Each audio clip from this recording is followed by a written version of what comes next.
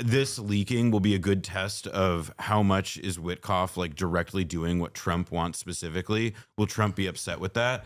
I guess to me, the immediate question I have is like, he might does like Trump, it. Yeah, exactly. That's what I'm getting at. That's what I think. Like he likes being like a fake dictator. And also he knows, listen, what is the most common word in that transcript? The most common word in that transcript has to be deal. And so my suspicion is that this is actually Witkoff doing what Trump wants, and that the intendant and that the person making this leak probably knows that, and that what they're intending just to show, obviously, is to like, add more credence to the idea that like, oh, Trump is doing like Putin's bidding, or Trump is like selling out Ukraine and so forth.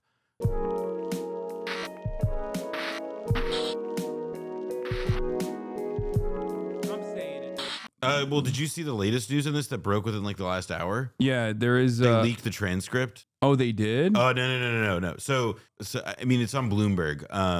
But Witkoff supposedly. I mean, like, I don't know what the transcript says. I haven't read it, but the way that Bloomberg is presenting the story is that. Well, here it is for you. Extremely rare leak of a phone call transcript. I mean, here We'll start on this first. Ukraine agrees to a peace deal. Only minor details left, right? And in the morning, this leak suggests that that's not the case. Yeah. So this morning, when it first came out, was the news was that Zelensky was going to come to the United States of America, or like have a conversation with Donald Trump during Thanksgiving, where they were going to basically sign off on this quote unquote peace deal. He cheated on us with Bidi Bidi. Yeah, because you need to be better. Okay, the Bidi Bidi audience is better. All right. But it turns out that there was no imminent Trump-Zelensky meeting. Driscoll to meet the Ukrainians and Witkoff to meet Putin.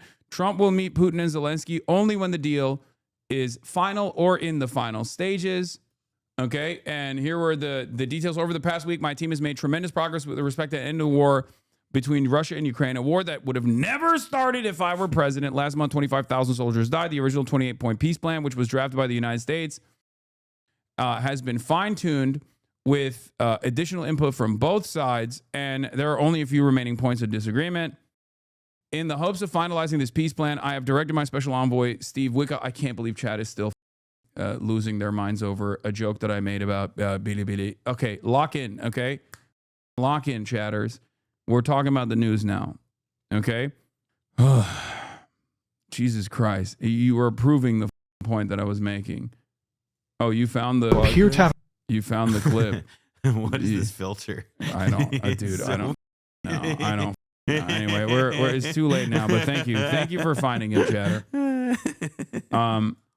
So, anyway, a few remaining points of disagreement. In the hopes of finalizing this peace plan, I have directed my special envoy Steve Witkoff to meet with the President Putin in Moscow, and at the same time, Secretary of Army Dan Driscoll will be meeting with the Ukrainians. I will be briefed on all progress made, along with Vice President J.D. Vance, Secretary of State Marco Rubio, Secretary of War Pete Hegseth, and White House Chief of Staff Susie Wiles. I look forward to hopefully meeting with President Zelensky and President Putin soon, but only when the deal to end this war is final or in its final stages. Thank you for your attention to this very important matter, and let's all hope that peace can be accomplished as soon as possible. It immediately destroyed that previous reporting that speculated that this deal was ready to be finalized. And Bloomberg had the exclusive transcript. Putin advisors discuss plans for dealing with Trump. Transcript. Okay. Senior foreign policy advisor, Russian President Yuri Yushakov. From left, economic advisors, the Russian President Kirill Dmitriev and U.S. Special Envoy Steve Witkoff arrived for talks with Russian President Vladimir Putin at the Kremlin in Moscow in an image supplied by Russian state media. This was back in April 25th, but the call is from October 29th. A phone call between Yuri Yushakov, Vladimir Putin's most senior foreign policy advisor, and Kirill Dmitriev, an economic advisor for the Russian president. The transcript was prepared after Bloomberg reviewed a recording of the call. The original Russian is included below for translation for reference. Okay? Ushakov, hello. Wait, why did they put hello? You could say hello. This is a transcript that has been, like, I guess they wanted to make it more Russian. Hello. I'll be Сука, блядь. Как дела? Как тебя зовут? Hello. Oh my God. Yuri Viktorovich. I'll be, yes, Okay. Kirill Alexandrovich. Well, I've sent everything there. We'll talk tomorrow. Well, great. I flew to Saudi Arabia, but it seems to me it's very important because it's a really good way forward. Well, we need the maximum, don't you think? Oh, come What on. do you think? You don't. Well, we need the maximum, don't you think? Yeah. Well, yeah, I feel bad doing that. No. What do you think? Otherwise, what is the point of passing anything on? Niet, look. I think we'll just make this paper from our position and I'll informally pass it along, making it clear that it is all informal. And I'll let them do it like their own. But I don't think they'll take exactly our version. But at least it'll be as close to it as possible. Well, that's exactly the point. They might not take and say that it was agreed with us. That's what I am afraid of. Niet, suka bliat. I'll say it exactly as you say it, word for word. They might twist it later, that's all. There is that risk. Well, all right, never mind. We'll see. Yeah, it seems to me you can talk later with Steve about this paper. We will do everything neatly. Thank you so much, Yuri Viktorovich. Thank you so much. Thank you. Goodbye. They're so much nicer. That's it. They have that's like so nice. Okay, so this is the big takeaway from this is what? Well, the idea, I think this is like supposed to be piece of evidence, but the whole idea is that the Russians like essentially claim, or it's what's being claimed is this, that Witkoff advised Russia on how to pitch Ukraine plan to like Trump. tell this or whatever. I'll be honest, I don't know. Like, I don't have an immediate opinion on like, oh well, this is overstepping the bounds of diplomacy. Although I imagine Bloomberg wouldn't be packaging it if they didn't think that like this, if they didn't think that the news would like change what's going on. So one of the judges said, this is why CBS will never win. Yes. CBS Oh, so we said the second call because the first call is one with Witkoff on it directly. So we did Boris and Natasha. Also notable that Bloomberg reviewed a second call involving Putin aide Yushakov. This time, instead speaking to Witkoff, Yushakov talks to Putin advisor Kirill Dmitriev. Interestingly, they are also concerned about the peace plan being viewed as the Russian position. So this is where it's Witkoff saying directly, "Oh, I like this." Hold on, I'll open the image in a new tab. Yeah, this is awesome. Okay, you can be Steve Witkoff because you're too concerned about doing the voice. Well, it's, I'm not an ethnic. All right, that's all I'll say. Yuri, here's what I would do. My recommendation. Please. I would make the call and just reiterate that you congratulate the president on this achievement, that you supported it, that you respect that he is a man of peace, and you're really glad to have seen it happen. So I would say that. I think from that, it's going to be a really good call.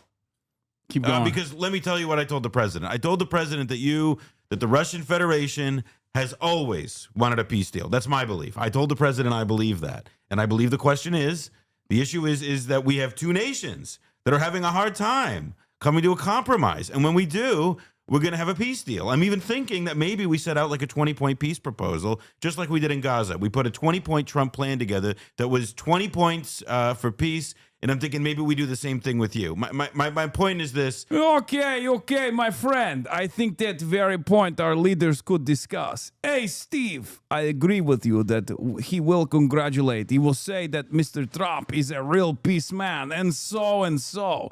That he will say. But here's what I think would be amazing. Okay. What if, hear me out. I will discuss that with my boss, and then I come back to you, okay? Yeah, but because listen to what I'm saying. I want you to say, maybe just to say this to President Putin, because I have the deepest respect for President Putin. Maybe he says to President Trump, Steve and Yuri discussed a very similar 20-point plan to peace, and that could be something that we think might move the needle a little bit. We're open to those sorts of things, to explore what it's going to take to get a peace deal done. Now, okay, you're getting progressively more Jewish accented with the Steve Witkoff. Well, one of these things I'm more comfortable with. Can you guess why? Okay, keep going. Now, it's also like, can we make a deal? Now, me to you, I know what it's going to take to get a peace deal done.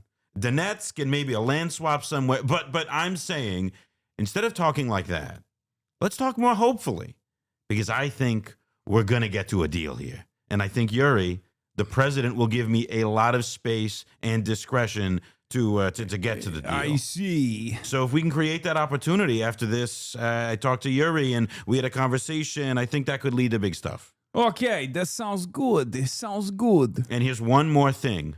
Zelensky is coming to the White House on Friday. I know that. I will go to that meeting because they want me there. But I think if possible, we have the call with your boss before that Friday meeting. Yeah, before, yeah? Correct. Okay, I got your advice. So I discussed that with my boss and then I come back to you, okay? Okay, Yuri, I'll speak to you soon. Great. Thank you so much. Thanks you.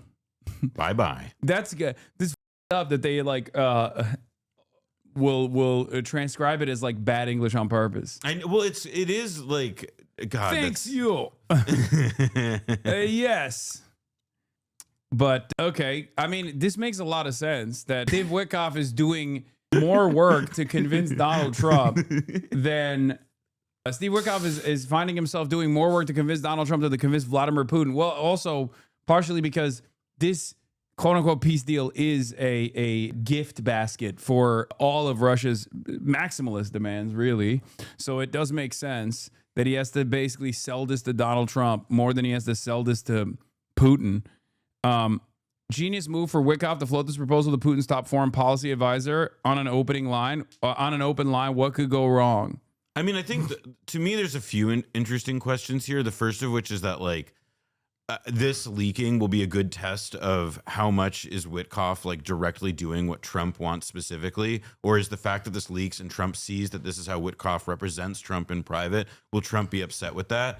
And it's like hard for me, you know, like I'm not, you know, the fact that it got out, like the security piece of it, like we'll see that, we'll see how the facts come out on that. But as far as like the politics of it and how Trump responds, I guess to me the immediate question I have is like, he might like Trump, it. Yeah, exactly. That's what I'm getting at. That's what I think. Like he likes being like a fake dictator, and also he knows. Listen, this guy.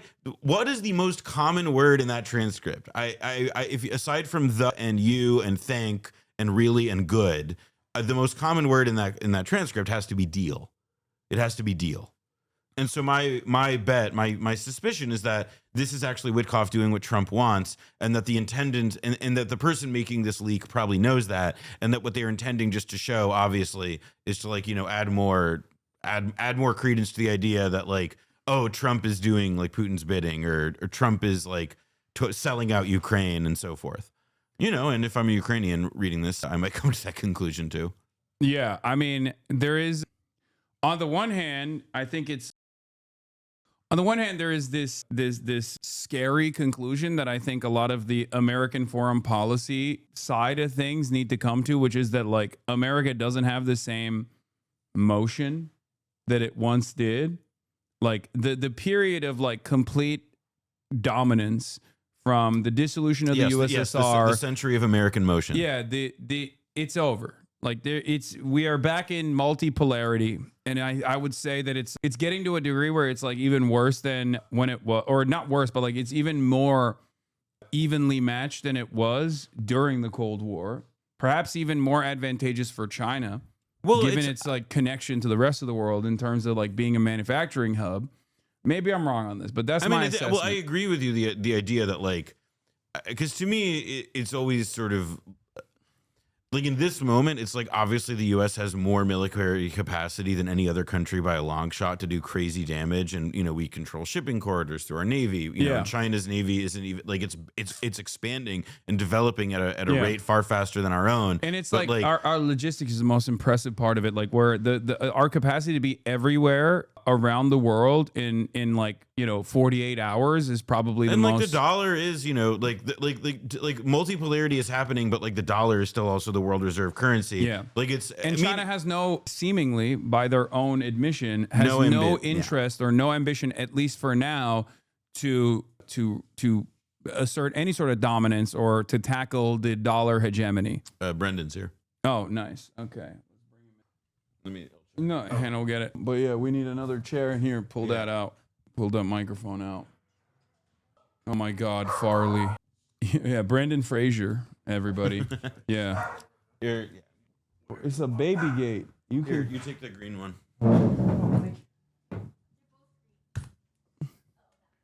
Mike, I meant. Yeah. All right. We got the full stack Blowback boys in the building, ladies and gentlemen. Hold on, is this better? Oh. I don't know if it's better here way, but damn, Brendan Fraser looking sexy. Yeah. It's true. Wait, can you speak into the mic? Let's see. Test 1 2 3. Wait. Oh wait. Test 1 2 3. Okay, it's good. I think. Yeah. Hey. Very nice. Let me see how the guest shot works. I think the guest shot might be a little bit better. It's a little bit darker, but cute. What do you guys? You guys were doing a little Eastern Promises before I got here. Yeah, we were doing. Well, he was like Hasan was really getting when I got to do Borscht Belt, it got easier for me. Yeah, I wanted to show the audience and those tuning in from home why I'm better than CBS News under the control of Barry Weiss. I see. Because Barry Weiss is never going to do accurate renditions of leaked transcript phone calls between Russian officials, you know? Absolutely. She might air some sort of, calls between Palestinian resistance fighters that are scripted, written in advance very well. Hello. I am a Palestinian Islamic Jihad guy. I don't know what accent that would be. Palestinian Islamic Jihad. Yeah, and I love. They put our base right under the air conditioning. Yeah, I love shooting rockets directly at my own Gazans. Yep. Yeah, no, but now we're back. We were talking about also like how the leak might play or like why it's there, what it suggests, and how like what Hasan was getting at was that, you know, like American power is extremely diminished at this moment. Like we can't throw our weight around like we used to. So part of why Witkoff is like doing, you know, he's having this conversation in this way is not just because like Trump is like, oh, Trump is, you know, like licking Putin's balls or whatever, but it's also just because like, yeah, America's not that clouded. And if we want Russia to do any deal at all, like this is how they move. This is how the White House has to move. Yeah, it's America's totally chopped. America's totally cooked, and America no longer has the same motion that it did on the global stage. And I think it's a hard thing for people to come to terms with. Like, maybe I'm wrong, but that's just what I've seen. Like, this isn't even a defense of Donald Trump, but like he doesn't have a lot of options in general, it seems, to enforce his will upon, whether he has it or not. He doesn't have a lot of options to get Russia to do certain things. I think there was a point of leverage in the beginning that Biden had that's gone now. And that was directly a consequence of like what the battle lines look like in Ukraine. The Ukrainian military no longer having the manpower to even use the Western gear and equipment that they're shipping over is a point of consideration here. Like the bargain of, does Ukraine basically throw its future generation into the front lines in an effort to ensure a potential victory, but like that's not guaranteed at all? Who knows how well that would work? Or are they supposed to come to the table and basically concede to the maximalist demands that Russia is making? I don't know if did you guys see I think it's former Zelensky speechwriter said, you know, we're never going to, each successive deal will be worse than this. Yeah. Which you could retroactively say meant that every possibility for peace before this that has existed was better than the one that came after. And yeah, probably years ago, this should have been something that and it would also then follow that all of the money that we've spent and all of the aid and all of the political will that we've, you know, worked on whipping up to make sure that we could support Ukraine was for naught, because at the end of spending all of these resources, they have even less than they would have had, I guess, like 2 years ago. Indeed. People keep saying like Russia still has higher casualties than Ukraine. Yes, but Russia is also like 3 times the size of you. Russia's a bigger country, okay? Like, and especially the way that they have waged war thus far means that if you're the bigger country, you have more people to throw into the meat grinder. Like, I don't understand how people look at the situation and go, well, Russia's losing more people. Okay, but the battle lines have not moved. So it clearly doesn't matter that Russia is losing more people, at least from their perspective, because the battle line, actually, it's not even true to say the battle lines haven't moved. They've only moved further and further into Ukraine. Yep. Correct. So, well, and also like Russia, like I mean, there's also where a point where all this is irrelevant because like Russia has by now successfully demonstrated that the costs can be high for them. It doesn't like they've shown that they're willing to endure that and that they can do it with a far less burden in terms of political capital, at least, than like the Ukraine fight has been in the West, where like I mean, you look at every country in continental Europe. And the Ukraine war has like touched their domestic politics dramatically. I think probably Germany most significantly and most obviously. It's just kind of crazy to look at this and still point to like, well, we did to take the Brzezinski attitude of like, well, we bled the Russians a lot. Like, to what end? Yeah, I mean, that's like, sure, that's the position of, if you're an American who is invested in the American military industrial complex, then yeah, this is like, who gives a shit how many Ukrainians die, right? Like, that's the Lindsey Graham position. For 5% of our military budget, we've been able to wither away a foreign adversary's troops without a single American active duty service member dying in the process. Like, I'd say that's a good bargain. Those are the words of Lindsey Graham. That is the official position of the American, like that's the NatSec position, right? And it's channeled by not only Lindsey Graham, but even the likes of like Elizabeth Warren and even Democrats as well, like supposedly progressive Democratic politicians as well. That is the NatSec position. It's bipartisan. But ultimately, if you're invested in preserving the nation state of Ukraine, if you're invested in like having Ukraine as a country, as a sovereign nation, at a certain point, there needs to be a cessation of hostilities, right? So what are you going to do? In this day and age, with the set of circumstances that we have, America does not have the capacity, I think, to really punish Russia. And at most, what they could do potentially is try to sever Russia's ties with India, but then India is a bulwark against China. And India actually benefits greatly from being the mediator of like Russian oil and gas into European markets. So they're not going to give up on the leverage position that they have between the United States of America and China. So how much could you force India to basically try and punish Russia, aside from the sanctions that we've already implemented on Russia, which the Russian government has clearly positioned against, knowing full well that this could possibly happen? You had a little bit more of an ability, like I think of we did a whole season on Afghanistan and the U.S. covert and somewhat overt attempt to sabotage Russia's war or the Soviet Union's war in Afghanistan. But in, as they say, the more multipolar situation we have now, it's a lot harder to whip people into one overwhelming, web of obstacles for a years-long war. And the Soviets also controlled most of Afghanistan. They occupied Afghanistan for the most part, unlike Ukraine, where, swaths of the country, you're not, it's not Gaza.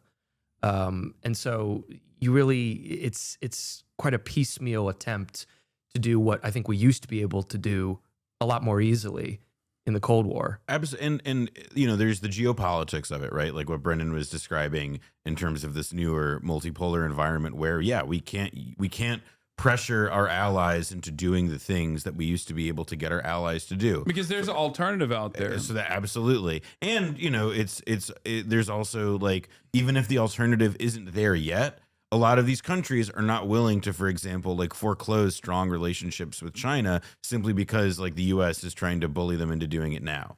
I think Argentina is probably the funniest example of that because we literally bailed out Milei, and then Argentina now they now export all their soybeans to China.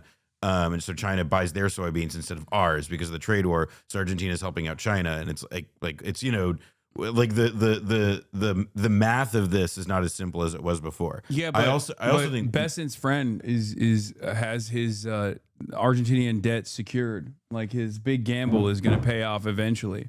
Well, they won't default. I'm sure.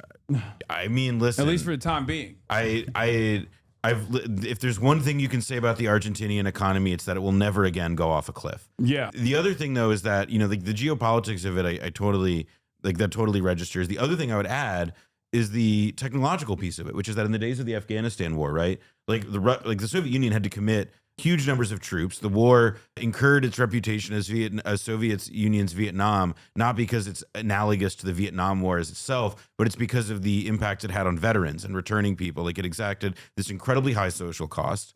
And the idea that it was a quagmire without the quag, precisely. But there is also now, like in the Ukraine and Russia war, I mean, we've seen like drones and all of these other ways of having like war being waged technologically, where you can deal damage to human targets and to human beings and to enemy soldiers as well as civilians. But you also like use way fewer, you can expend fewer resources in doing that. And so the whole the drone aspect of this and the other pieces of remote warfare that are now just tolerated are, I mean, it's totally like up to the stakes in terms of blood, and limited our ability to, I think, it's like winning a war like that is just a lot harder of a task than it was before. You are incredibly invested in having Ukraine giving up. This war is not decided, and the U.S. have little leverage to force a complete surrender of Ukraine as a sovereign state. Russia has spent its Soviet stocks of armor and artillery, and the destruction of its oil and gas sector is adding to a recessionary yet inflationary economy. If you want a more nuanced view of what is going on, then watch Perun on YouTube. Okay. I was reading that. That was just, it was funny seeing some of these comments. I don't understand how much people just like lean into their pre-established positions, no matter how much the evidence on the ground suggests the exact opposite. Okay? The evidence on the ground suggests the opposite. You can keep saying that, I'm too invested in like Russian resources or something, and I'm like glazing Russia or whatever the you want. But that was unironically what people used to say when I said the initial peace deal that was negotiated early on after the Ukrainian forces were able to deliver a defensive blow to the Russian incursion at the time, when they were like, oh, it's just going to be a 2-week special military operation, and we're able to actually push them back from Kiev, was the highest point of leverage. Okay. And at the time, people were saying that I was wrong to say this, that I was actually so invested in, I was a Russian op, I was so invested in Vladimir Putin's success or anything like that. But it was like, it turns out years later, when you look at it in the rearview mirror, it does actually come across like it was a sound analysis back then. But instead of people actually looking at this with a critical lens, they just keep going along. The counteroffensive is going to succeed, and then it doesn't. And all it does is it kills more Ukrainian people, and it leads to Russia basically digging in harder and harder to the positions that they've taken. Neither side is winning the ground war. You can't say that if you look at the battle lines, chatter. Like, that's it. You can't say that neither side is winning the ground war if Russia has militarily occupied a significant percentage of Ukrainian territory, right? If you that's just literally every map that you can look at right now on BBC, on American news, when they show like the red Russian invasion of Ukraine. Okay. If you were to say Russia will demand more and more territory, I'm with you, right? I understand that. I understand where you're coming from with that. Like, I think it's a reasonable suspicion to have. Okay. But ultimately, there is not, bro, it took Russia 2 years to take over 1%. It feels like sports fans. I mean, like coping with a team that's losing. Like, okay, look.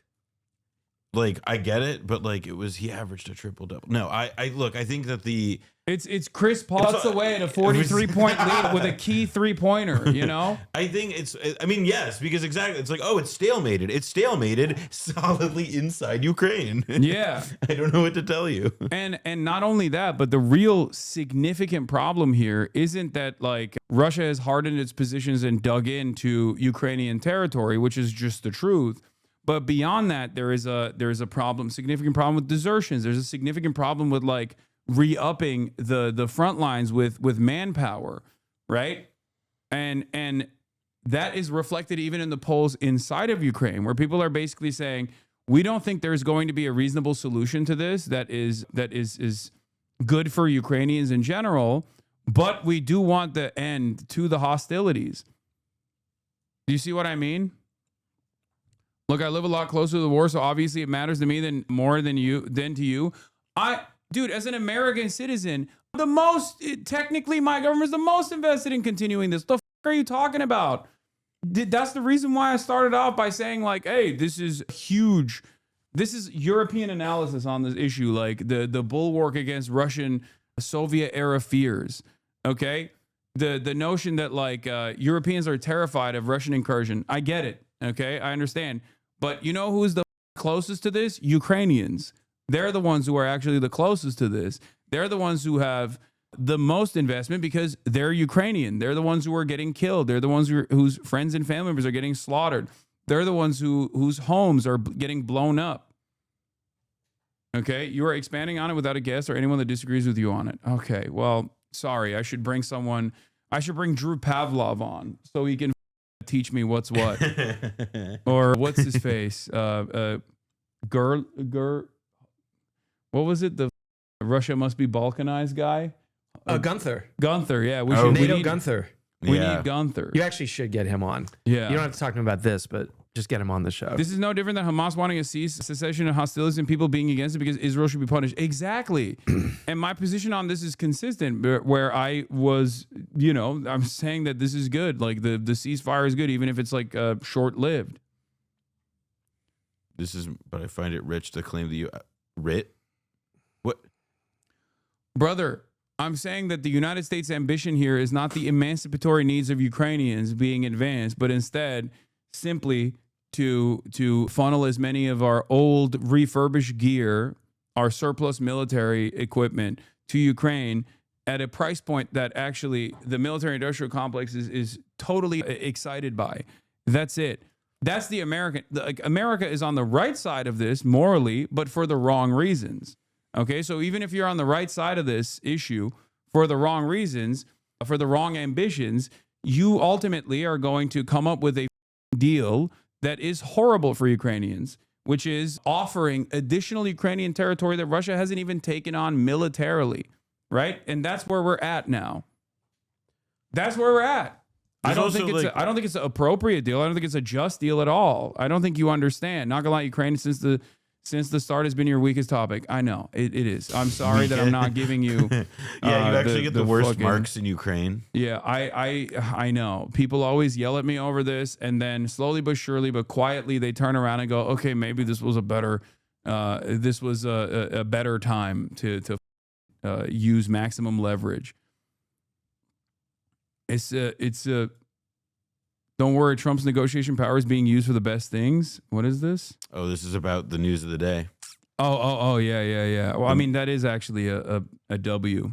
I mean, it's listen, if pervy Hollywood executives can make a comeback, who can't? Yeah. Read Levin Anatol on the actual reality of the Ukraine ceasefire deal absurdly being labeled as capitulation. Note in particular the point about the future limit to Ukraine's standing army. These details don't matter to those opposing. They simply want the war to continue. What is this? You interviewed that guy, right? Yeah. Anatol Levin. He's a Blowback guest. I don't remember if we included it, but he's at Quincy Institute. He's a Quincy Institute guy. It's a bonus episode. Season 4 bonus episode. Since much of the Western media has absurdly described this as a capitulation of Russia's maximalist demands, it is necessary to point out the ways in which the plan also represents Russian concessions. These are evident in comparison to Putin's aims when he launched the invasion, but also relative to the Russian demands set out in June 2024, which still officially represent Russia's position. Crucially, the plan secures Russia's formal recognition of Ukraine's right to join the European Union, the key issue behind the Maidan revolt in 2013-2014. If Ukraine and the EU can make this a reality, it would anchor Ukraine in the West far more firmly than a NATO membership alone could. In addition, while Russia has previously demanded that Russian be established as an official second national language in Ukraine, the current plan takes a more limited approach. It stipulates that Ukraine will adopt EU standards on religious tolerance and protection of linguistic minorities, and that both countries will agree to abolish discriminatory measures while guaranteeing the rights of Ukrainian and Russian media and educational institutions. This is a very significant concession because my Russian sources told me only last month that given EU's total failure to protect Russian minority rights in the Baltic states, no EU guarantees could be taken seriously. In the plan, Russia also abandons its previous demand that Ukraine cede to the entirety of the Kherson and Zaporizhia provinces and receives only de facto recognition of its control over Crimea and the Donbass. Instead of the immediate suspension of sanctions, Russia receives only the vague promise that sanctions relief will be discussed and agreed upon in phases on a case-by-case basis. The provision for amnesty for both sides has been portrayed as a concession to Russia in order to get cases against Russian leaders at the International Criminal Court dropped. However, Wall Street Journal reports that a senior U.S. official said that Ukraine significantly changed one of the 28 points in the version that appeared online. In an apparent move to expose alleged corruption, the draft had called for an audit of all international aid Ukraine had received. The language was changed to say all parties will receive full amnesty for their actions during the war. Take that deal? I'll take that deal. The Ukrainian standing armed forces are to be limited to 600,000 men, but far from being real concessions, this looks like a device to save Putin's face. Ukraine cannot possibly sustain a peacetime standing army of 600,000 men. In any future war, it would call up reserves. Moreover, in the Istanbul talks in March 2022, Ukraine was proposing a limit of 250,000 men. Okay, that I didn't know. That actually is a significantly larger concession on the Russian front, especially considering how much more leverage Ukraine had at that time. But I don't know if that's the correct number or not. I mean, it's also like it's a burden on Ukraine as well to just take that many people out of the prime working force because to have this larger standing army. Well, also it seems like they're not actually going to have it. Like, yeah, like it's very. They're like, already scooping people up in the streets and throwing them into the back. That's what I mean. Exactly. Like it's like they've already like poisoned the trust of generations in terms of like that. Like it just seems like it's less of a like the numbers are big for sure, but it's questionable. On the Ukrainian side, the biggest and most difficult concession by far is agreeing to withdraw from approximately 14% of the Donbass region that Ukraine still holds. Ukrainians have described this to me as completely impossible and said that it would risk a mutiny against it in the army. This proposal, however, softened by the criterion that while the area would come under Russian administrative control, it would be demilitarized and supervised by neutral peacekeepers. And above all, the Ukrainian military must ask whether it is destined to lose this territory if the war drags on and whether it is truly worth asking U.S. support and tens of thousands of lives in a futile attempt to risking U.S. support and tens of thousands of lives in a futile attempt to hold it. Other alleged concessions by Ukraine and Europe are not real concessions at all. It has long been obvious that the promise of NATO membership for Ukraine is empty. Yeah, that's not even a concession. That's just never not happening. Yeah, people got real mad about that and Crimea, and I was like, those aren't real concessions. Those are literally things that Zelensky was. Even in the Turkey plan, peace negotiation, Zelensky had already conceded to that. And he said, oh, we'll have a referendum 15 years in the future. You're doing that because you want to not immediately concede that it's like, bygone territory. But you're doing that because you want to, full well that it's not ever going to be discussed, especially given the battle lines currently. And that you want to deal with it. You want to neutralize that point of contention without having Ukrainians assassinate you, right? That was the reason why he was saying that. So, so those aren't even necessarily concessions. And the rest of this is a concession though. The Donbass region is the most like ridiculous part of it, and on the Ukrainian part, that's the most aggressive concession that you are forcing Ukrainians to hold on to. And then on the other front, I think Russia's initial demand was like full disarmament, which is ridiculous. No, that's not happening. And that is a maximalist position that was never going to happen. And it seems like 250,000 standing troops or 600,000 standing military troops is like a concession that the Russians are making as opposed to demanding that they fully disarm. I mean, it's direct. I mean, like it's obviously like directionally toward peace that's where the number moves. But again, I also think like there's a pretty long history of countries like this getting depleted and then like struggling to fill rank. Like it does seem to me that, again, Ukraine, the biggest thing is that Donbass piece. Just if taking Anatol's reporting at its word, which is that Ukrainians are incredibly skeptical of being able to pull out of that, just that we hold this land and then we're going to retreat and just hand it over to the Russians. I mean, they'll have to come up with some elaborate or unconventional carrot to make it work. Yeah. Other alleged concessions by Ukraine and Europe are not real concessions at all, as long as the promise of NATO membership for Ukraine is empty, since all NATO governments have made it clear they will never go to war to defend Ukraine. Something that I've also mentioned over and over again from the start, which is whenever people would come to me and say, Hasan, why won't you listen to the voices being made, the demands being made by Ukraine? I would say, okay, some of those voices, understandably, are demanding a no-fly zone. Why is that a non-starter for America? They're also demanding that Ukraine be defended by NATO military members. Why is that a non-starter for Western countries? The reason why it's a non-starter is because of nukes, okay? That was always a non-starter. They were making those demands as well. Those were righteous demands. Those are understandable demands, the demand for help from the Western world. And yet, weirdly enough, that was a non-starter for Western nations. They never even entertained it. And the reason why they didn't entertain it is because they did not want to start a potential nuclear holocaust with a nuclear armed nation. Okay? Anyway, similar to the bar on NATO troops and hence the European reassurance force in Ukraine is meaningless because most European states have refused to take part in such a force. British officials, the chief advocates of the project, have even admitted that no British ground troops would be sent and that the whole idea depended on a U.S. backstop, which Trump will not provide. This was Keir awesome. Starmer, who literally said, yes, we're going to send 20,000 troops, some of our best men, which, no, he wasn't. And then he quietly said, well, only if the United States allows us to do so.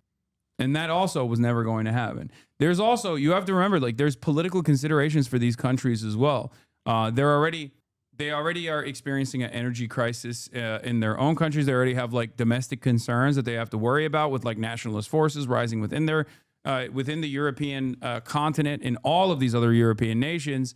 And I think like saying we're going to send troops to Ukraine to defend Ukraine without even American aid or American support is going to be a complete non-starter. There's just no shot unless you want all of these countries to be like run by at least aesthetically pro-Russia fascists, which historically they've been pro-NATO, the fascists in Europe, but it'll be like a Maloney-style situation. Yeah, they'll campaign on. Yeah, they'll campaign on. They'll use a pro-Russia position or no war with Russia as a position to win favor with the public and actually come into positions of power, even if they don't actually end up being pro-Russia when they're in office, because like obviously for European fascists, especially in the Cold War, NATO was the only game in town that restored their power in all of these countries.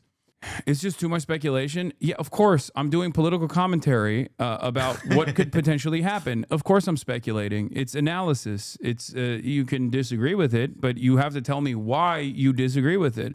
And so far, all of the disagreements come from people who say, "Oh, you're offering a cold hard analysis that I don't want to hear. I want you to tell me that like Ukraine is actually capable of militarily defending its own borders and even push back the Russian forces.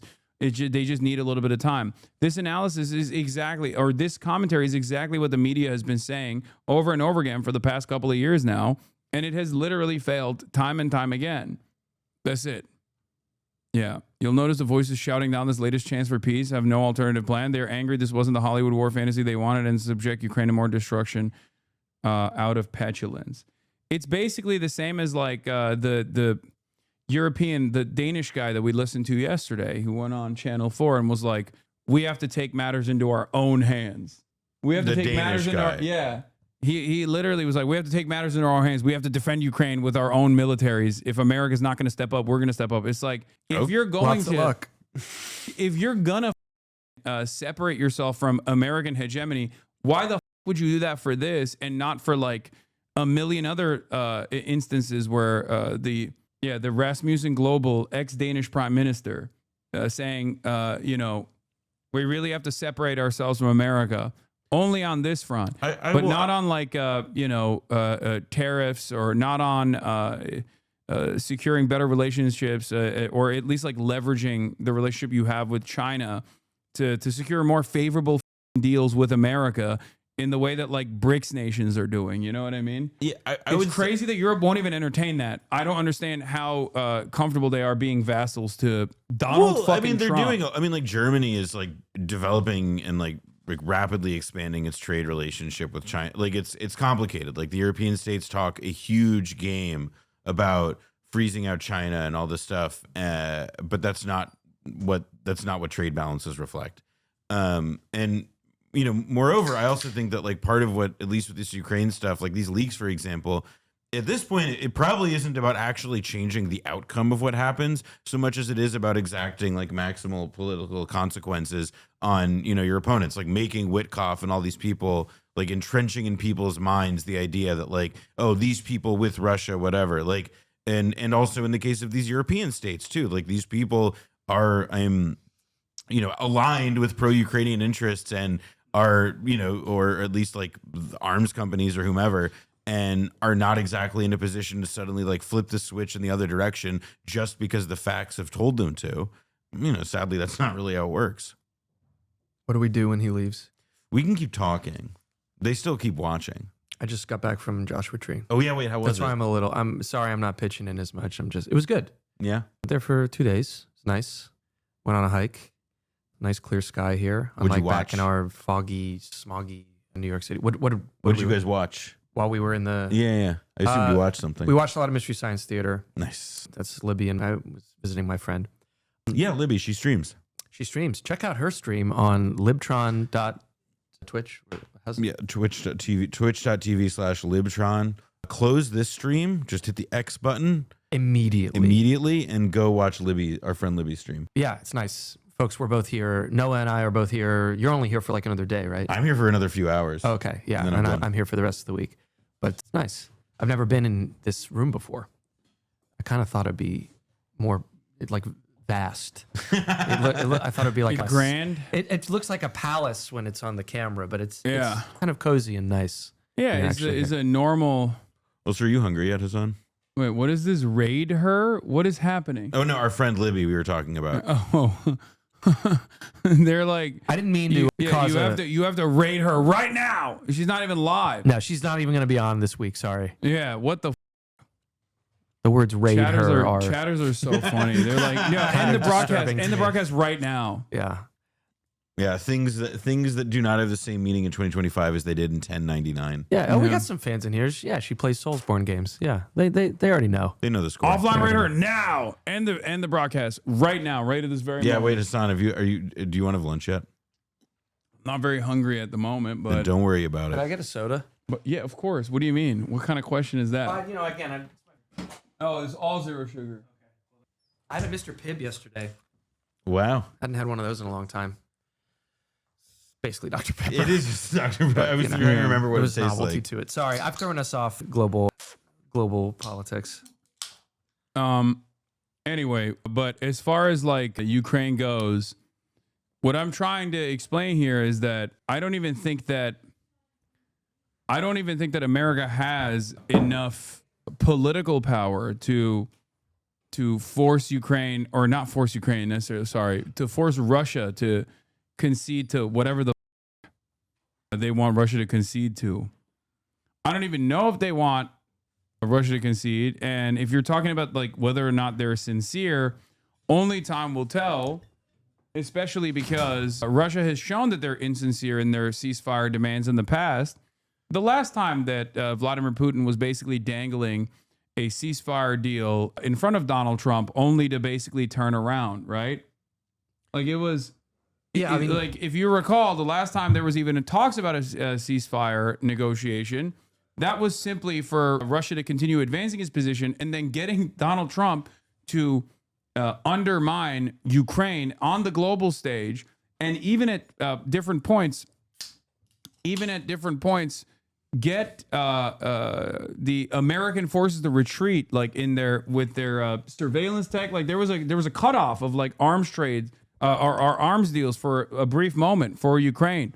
And that was very clearly Russia maneuvering around Donald Trump's inability to deal with the situation and the confidence that he had in his own, I guess, relationship with Vladimir Putin to undermine the Ukrainian position further. well, it's reflective of where obviously the Trump administration is, but therefore where the American state is, that there was this assumption, I think, that a personal relationship, an individual like tete-a-tete, is going to be the difference between war and no war, rather than the, network and like just the tendrils creeping over every single aspect of the global economy, American economy, that are there are deeper reasons for this kind of thing. And obviously, day one, he did not negotiate an end to the war. We talked about this with the Israel stuff. You do, from this angle, look like the cop from Weapons. I've said that. Alden Ehrenreich? Yeah. I'll take that. He's a good-looking man. You look like Frankenstein. God. So we talked about this when we talked about Israel the past few times. Is like, I don't think I agree with people who say it is wholly kayfabe that America and Israel disagree, and that all these trips that diplomats take over there are just for their health. there is a waning of American power. We all know that, and it applies to keeping a rather, let's say, dodgy ally, an ally that spies on you and sabotages you and humiliates you constantly, like Israel, whom you also do share interests with. I'm not denying that. And it applies to the same, not wanting to lose that ally, however shitty they are to you. Mm-hmm. Same deal when it comes to thinking that you can just have a personal rapport with the other president and bring something like the Ukraine war to an end. It's just, it's maybe that even could have been relied upon 15 or 20 years ago with a little bit more institutional chunk to it, but certainly not now. You can't freelance that. No. I think there's that piece of it. I mean, in general, I think a lot of people talked a huge game about how quickly they thought this would come together. Just if you had, we got the motivated party. Is there Trump wants a deal, Putin wants a deal? It'll just come together. And it's like, there are wars where people are far closer together on the actual terms of it. And, patrons are same as well, et cetera. And like the negotiations, don't work out or take forever for a whole variety of reasons. I mean, it took years for the Vietnam War to end. And Americans were at the negotiating table for the better part of a decade. I mean, I remember when libs were saying, "Oh no, the Ukraine war will end because Trump is so tight with Putin." Like that's what I mean. It's not just the Trump administration. There was a collective idea at this stage of America's, rot, that everyone kind of agreed that it would be hashed out between two.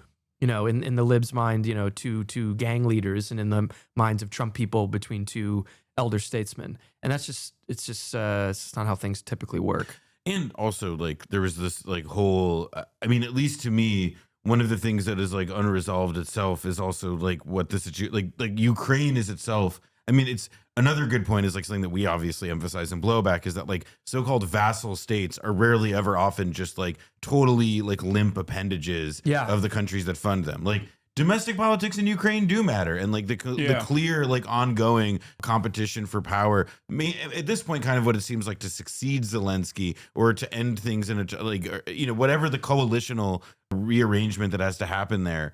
It does seem also that's been pretty neglected in our media, at least beyond just the periodic things it turns out this really senior guy. They do bring that up now. And that to me is a telltale sign that they are also coming to terms with forcing Ukraine's hand to a shit deal that will violate whatever Ukrainian sovereignty could have existed.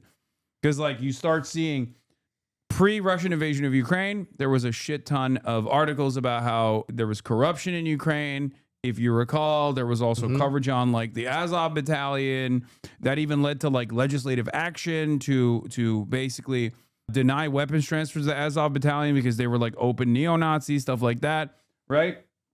Whereas obviously in the process of the Russian invasion, all of that went away. And then now you're seeing... You mean it went away in the coverage? Yeah, it went away in the coverage, exactly. Yeah. But now you're kind of seeing Western outlets, American media still bring back, the corruption charges against Zelensky and in their coverage and stuff. And I think that is a way for the State Department to change their priorities or change their attitude about what to do with Ukraine. And that's the media coverage shifting reflects America's priorities shifting as well. Yep. That's what it's to pressure the Ukrainian side to basically play ball with whatever. That's a whole pound, by the way, of chicken breast kebab, an entire pound. Oh, okay. Sorry, I just glanced at it. Then I could just split. So do you want just a regular plate? Yeah, just of chicken. Exactly. Sorry. Okay. No. Don't apologize. Do you want a whole pound? I can get you the whole pound. No, I'm good on a whole pound. I'm humiliating myself. Okay. What do you want? Now I'm embarrassed. I can't What do you can't have want a on whole the pound. side? Choose entree one. Rice pilaf, bulgur pilaf, steamed veggies, potato fries, hummus, mutabal. Okay, and then the second entree is, again, Muhammad cabbage salad, Armenian salad, fatu I salad. could do the cabbage salad, please. Okay. And then you can make it kashkai style or yogurt style if you want. The chicken shish kebab. All right, we'll do it yogurt style for you. Okay. Style. Thank you. No problem. No, I got a pound for myself, but I just wanted to make sure that he knew what he was getting into because he just like added that on. I just saw chicken, clicked it. You look like three nice Turkish boys. True. This is the alternative universe. We're I gonna do look even actually- more Turkish when the food gets here. That is Yeah. true. Well, and we also look. I think we may all look the same, but we are all also we're different I backgrounds. don't think we look the same as him. No. Whoa, wait. What do I you know? think- You I saying think we we look do. really? That's very flattering if they mean that. I think we do. We look like I think it's different more variants. of a They were beardo saying complexion thing. you guys look not like the Adonis thing. you were looking. They were saying you look like my brother. Like they were. I'll This take is it. like different variants. This is a Yeah, discourse. I'm Muslim Turkish. Where are you from originally? Aside from New Jersey. Like a mix of like European trash. Yeah. Ashkenazi. Like just Jew. Ashkenazi more or Jew. less. And then you're what? a little bit all over, a bit of Eastern Europe, Irish from both sides of the family, Croatian. Yeah, we got all the different variants. Someone said Israel. Come on, chatter. Jesus. I'm Anyway. not here. Yeah, somebody said at 160p we all look related, and that's what I meant when Oh, I I said see. we look alike, not Yeah. that we look Yeah, alike. if you blur the image enough. Exactly, you squint. All right. So that's the potential Ukrainian deal at play here. New Epstein stuff. And every single time I talk about it, people yell at me and say, this is my worst point of analysis. I'm weak on this front.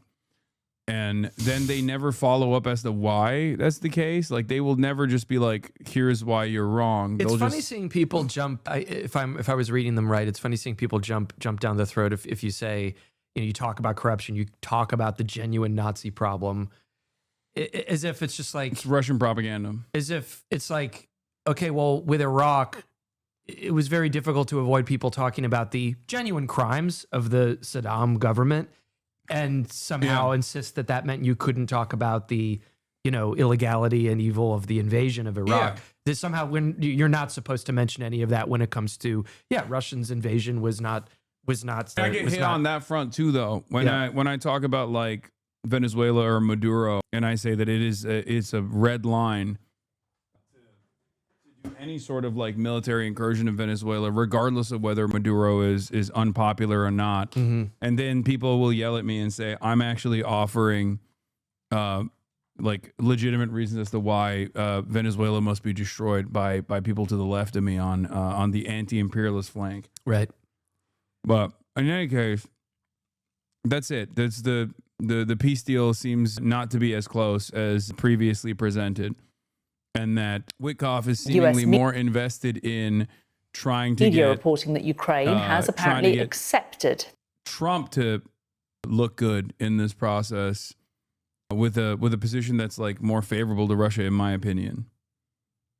Hi, Dump here. So was the neo-Nazi thing just Russian propaganda? No, of course it wasn't Russian propaganda. It was reported on plenty before the invasion. You can also say that like Russia has a neo-Nazi problem in its forces as well, which is also true. There's neo-Nazis on both sides of this conflict. I don't know if the Russian does have far right, idiosyncratic Nazi style guys, but I don't think they're at the quite have made no. It's the not. trip It's not to the the same. commanding heights of the government and military the way that has happened over Ukraine, including, by the way, a process that was sped up during this war as well. Yeah, you could say that like the hyper nationalist like Duginist attitude is. It's not like Russia is a socialist country, and they are engaging in irredentist action. So you could literally say that, the Duginist mentality is also not dissimilar to like some kind of nationalistic mythos that you see from fascists. But as far as like a straight line to like Nazi collaborators historically, you can draw a direct parallel with like a lot of the self-described fascist forces that have made that obviously had their positions emboldened in the aftermath of the Also, Russian it's invasion. not just like neo-Nazis, like as like this like esoteric segment thing. It's like, I mean, like, you know, Stefan Bandera, national hero, stuff like that. Like, it's not like, again, like, I don't think it behooves anybody to get in a debate. I was like, well, there's Nazis on the right, or like Nazis in Russia and Nazis in Ukraine. It's more that like, well, one, which government is funded by my tax dollars? No. Yeah. And also to the idea that like, yeah, there is like a particular cultural heritage. I mean, it's not, again, like Russia is historically also Russia is historically also the site of a lot of anti-Semitic violence. I'm not going to look at the chat anymore. My disagreement with you on Ukraine is that, in my opinion, you do not consider any of the levers of the pro-Ukraine alliance has to improve their negotiating position. Of course, it will end with concessions and a deal, but you seem to resign yourself to whatever the current deal someone puts out is. I just don't think that even the current deal that we have is going to be implemented. I'm a much more cynical person on this front, because I think I see that America does not have any kind of levers to pull any longer, and that we are at the mercy of whatever Russia chooses to do. That's how I see it. That's it. I think it's a sober assessment on the things that have happened so far. Bandera is a anagram for Brendan, by the way. I just realized that. Yeah. There's actually We an have extra three A, main but- levers: high-range weapons, intelligence sharing, and cutting off oil and gas. Okay, high-range weapons we have shipped over. That doesn't actually change the battle lines, though. It just makes That's awesome. you just kill more. Remember the Podesta plan, the 3-part plan to defeat ISIS? Yeah, it's giving that. You got high range weapons, We got right? high-range and weapons. then you have intelligence sharing, which we're already doing. Let's say we do more, right? We do more high range weapon sharing, more intelligence sharing. As far as cutting off oil and gas goes, that's the most consequential one beyond like punishing. Hey, Europe won a depression. Beyond punishing Russia, and that is the most effective tool of undermining the Russian economy and crippling the Russian economy. And yet that is a like beyond what we've done so far in terms of like the mother of all sanctions or whatever. There's a reason why they haven't been able to move past that point, because all of the other allies, all the other countries that are that have leveraged positions with Russia and the United States of America, or even with China, are not going to take that on. I just have to. India being the main one that I'm talking about, like or Kazakhstan, India, like these are entry points into the Russian economy, and they're benefiting greatly being mediators in this process. We have also not engaged with India. I think you're wrong. If you think that we haven't engaged with India, you're wrong. And as far as not engaging with China, I agree with you. I think that has always been at least my perspective, which is to offer China certain things so that they will come to the negotiating table as a senior partner in this coalition. Maybe you guys will disagree with me on this, even though it's an advantageous position for China to just basically kick back and trade max, as long as you can offer them certain things.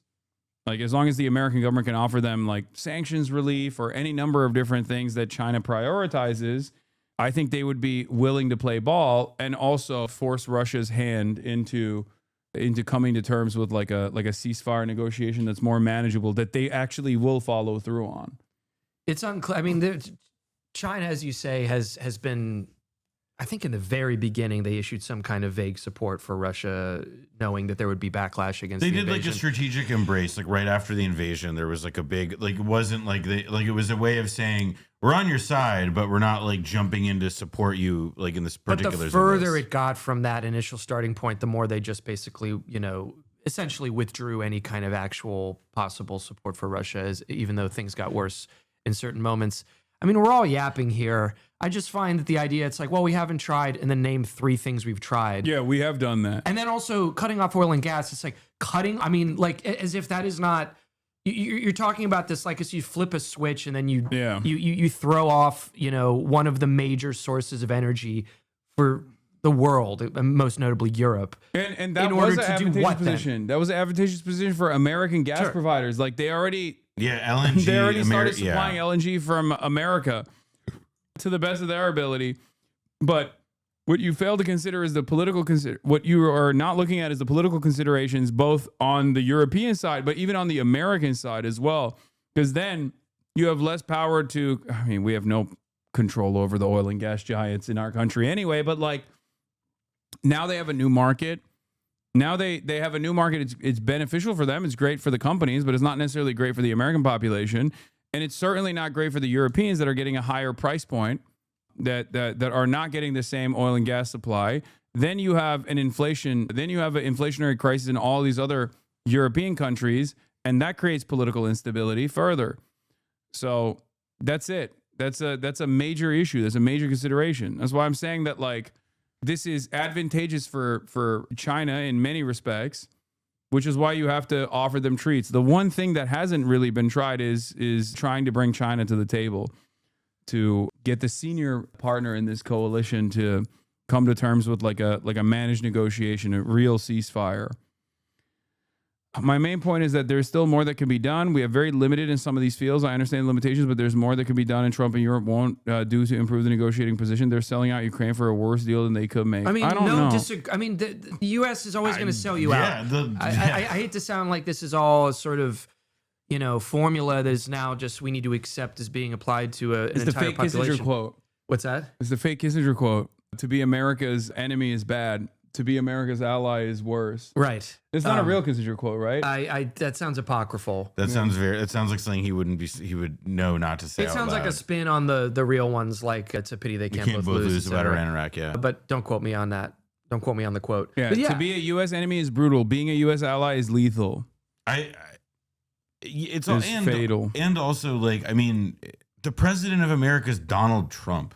Like, I agree with you that, like, yeah, like, it would be great if American diplomatic leadership was, like, run by grown-ups at this moment, but, like, pretty clearly. But even the Biden administration, I mean, I'm sorry. I'm not holding them as, NATO like, a better was not, you are, but yeah. NATO was never going to be on the table. This was obviously supposed to bleed Russia. It was Afghanistan in the 80s, part 2, and that was the calculation from the beginning. No one ever actually thought this was going to result in anything but bloodletting on both sides, enough to punish Russia, enough to, eventually bring Ukraine to the table, given that it's always going to have been outnumbered. And a very particular kind of hubris, right? Actually, I do think that they believed that even if it wasn't going to resolve soon, that the arc of this conflict would ultimately favor them because Russia idiot, Russia inferior, Russia unable to compete. I just wish you had the same kind of smoke for Russia that you have for Israel. Right. I also feel you are at least slightly defeatist. Nothing is certain. This is what it all comes down to. This is what it all comes down to, which is that like armchair generals. You want me to be like, no, you're right. Ukraine is capable of defending itself all the way to the last man. That's what you want to hear me say. That's it. No one ever says this about the ceasefire negotiation. That's bullshit. When I'm still saying that it's a good thing overall that there's a cessation of hostilities with respect to Israel continuing its like full-blown genocide, right?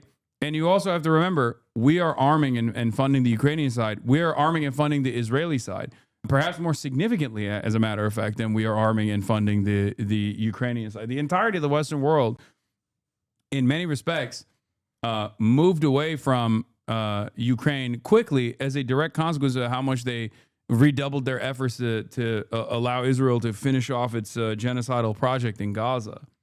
So there's also that as well.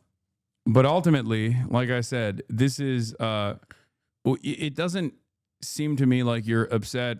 You're more so upset with like what you are hearing rather than whether or not my analysis here is incorrect. That's it. Yeah. And I don't think that like the equivalence here would be if I was saying that like Hamas has the capacity to militarily defeat Israel and they should keep fighting, and that's never been my position. Yeah, they don't like your tone, not your analysis. The American peace proposal. Let's talk to our international correspondent, Alex Rossi, and our defence and security analyst, Professor Michael Clark, with me in the studio here. So, Alex, to you first of all. So this is, it seems like we've moved forwards, according to American media, but we're not clear whether this is just a slight embellishment on what we knew last night. Tell us where we are with what we know about what Ukraine has agreed to. Well, it is all fairly unclear. What is clear is that President Zelensky and the Ukrainians are in a difficult position, obviously have been for 11 years since the Russians invaded Crimea and then the full-scale invasion. But this appears to be the answer to what Trump is putting forward with his initiative. We're hearing I'll just read you these lines. Rustam Umarov, the National Security Advisor. So Gaza should sign the peace deal that would give Israel control over its land. It's already out of the hands of the Palestinians. That's the point. That's my sober analysis on that, is that like there's not more that the Palestinians can do. Also, as I have repeated over and over again, what will happen in Donbass and in other regions of Ukraine is not dissimilar to what like Hamas is doing as an insurgency against the domineering occupational forces. That's most likely what it's going to look like. Funded, unlike Hamas, funded by Western intelligence as well.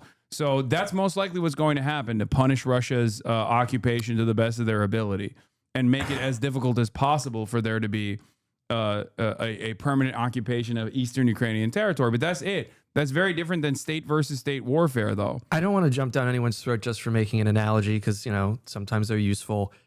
The idea that this is something you can just one-to-one, as if Ukraine has been occupied by Russia for the past better part of a century, that they have had the keys in terms of, especially with Gaza, in terms of water and food. No, you don't understand. Palestinians also had nuclear, the Israeli nukes in the same way that Ukraine did. The codes were in the codes were in Tel Aviv, but they had the nuclear stockpile. And they just, even as you just mentioned, the asymmetrical nature of the warfare. I mean, this is just, you can't just say, oh, so you're saying that in Gaza, X, Y, and Z, just like this.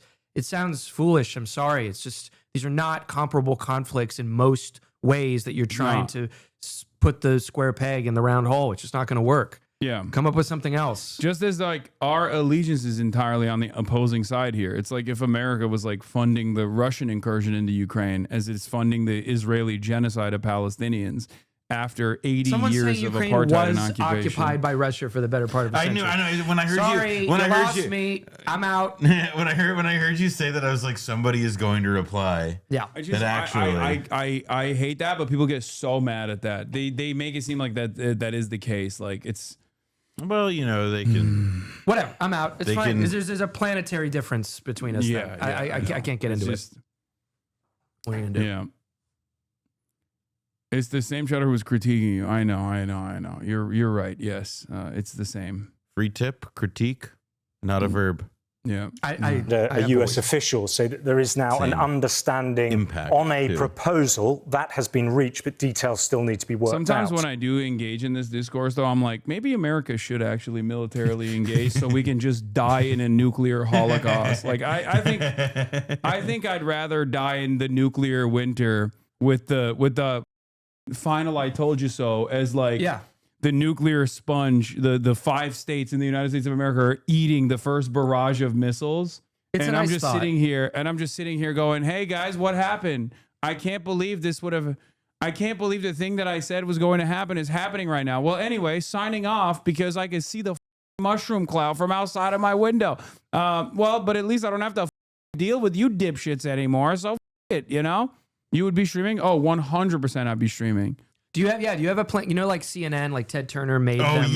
Which is beautifully parodied in Gremlins 2. CNN on Ted Turner's instruction had a tape they were going to play if the missiles were in the air, and it was like a military band playing, some old standard. Yeah, my thing is I'm just gonna offer analysis till the very last moment. Oh, that's no. You'll finally play video games on stream. Yeah, no, you should play. You should jump on. Helldivers. Hey guys, there's like a million people tuning in to watch the very last moments, and I'm like, hey, you know what? Today, actually, I'm gonna finally play a video game. We're doing Final Fantasy 14 for 72 hours straight. Yeah, IRL Mushroom Cloud stream. Let's go. Yeah, Fallout Ghoul Arc after. Yeah. The streaming picking up Will and Caroline from the fires was diabolical levels of content brain. I did do that during the wildfires. That's pretty good content. I mean, but that like. What do you mean? You evacuated people? Yeah. Oh, that's cool. I mean, like a Resident Evil or something. Yeah. That would be pretty funny live streaming, like like a zombie or vampire apocalypse or whatever. I think someone made a movie about that. It has to by now. No, there was George Romero. Unfortunately, one of his last movies was called it wasn't Stream of the Dead, but it could have been. And it was just like found footage of people being like, we're streaming to the viral, network. And it was just another shitty zombie movie. Yeah. But, you could remake that maybe. So let's rewind a little bit. The 28 peace peace plan that the Americans kind of sort of sidelined everybody with when they came out with it. Discussions in Geneva. Those discussions then led, we think, to a 19-point peace plan. The Ukrainians were saying after those meetings that they had kind of agreed to that. And now this appears to be confirmation of that. But of course, the big question in all of this is, will the Russians agree to the changed text on the 28-point peace plan? The likelihood is that that isn't going to happen. We've already heard from the Kremlin that anything that's acceptable to the Europeans would not be acceptable to the Russians. Their maximalist demands, of course, will have been watered down. So they are unlikely to go for it. So what we are seeing is diplomacy about how to deal with Donald Trump's diplomacy. The Ukrainians know that they cannot flatly say no to Donald Trump. They need to flatter him. They need to engage with the process. That's what seems to be happening here. They, of course, will hope that the Russians will reject this. That, again, though, is unlikely because Vladimir Putin knows the man that is Donald Trump very well, and he will know how to engage and how to deal with this ball when it comes back. He will likely say, it's a very complex situation. We need more time. We need further discussions. But yes, in theory, we are willing to go ahead with this. So that's where we stand at the moment. Michael, do you concur with this, that it, although we haven't got to this stage before in terms of a peace proposal on the table, it is following the same pattern that we have seen in the negotiations where Ukraine agrees to stuff, but then when it goes back to Russia, it all seems to get thrown into the long grass. Square bracket. Yeah, that's the real point to consider here, is that like Russia could once again dangle a potential ceasefire to just simply continue whatever its military objectives are, while trying to actively undermine Michael, your take on how Russians are exploiting American naivete is the other side of this equation, which is like what they've done so far. They keep coming to the table to be like, oh yeah, we want a ceasefire, only to not do the ceasefire at all, to be like, oh, it's just not right now, not the right time for us, Yeah. Sorry. And that is the very real consequence of this potentially, but we'll see. We'll see where it goes. And that's part of the reason why I keep saying the best meaningful solution here. It's like, oh, someone said, Zelensky's rumored to be preparing a speech about free buses and rent freeze in Kyiv. That's really good. That's the other big Z. Yeah. Harvey gets a Red Bull. Okay, citizen of Romania here. I see my government and media here prepping the propaganda to justify ours and EU's active involvement in the war. What the hell's going on? I don't think it's going to happen, but then again, I'm not making any predictions on this one, okay? Because this is the one where I famously got it wrong when I said Russia is bad, not mad. They will not invade Ukraine. And everybody loves bringing that up, even though all the subsequent analysis that I engaged in was correct, even down to the fact as to why this would be a massive failure, a spectacular failure for all the parties involved, except for the American military-industrial complex, which is, that they made out like bandits here, taking the $52 billion hole in their budget from Afghanistan and directly putting it into Ukraine was fantastic for them. It was a pretty nice move. Yeah. Anyway. All right, we're moving on from this. A judge throughout it. Find another one on the map. And start going. Gotta get back. Hasan Reaction is one of the best ones in the React channel.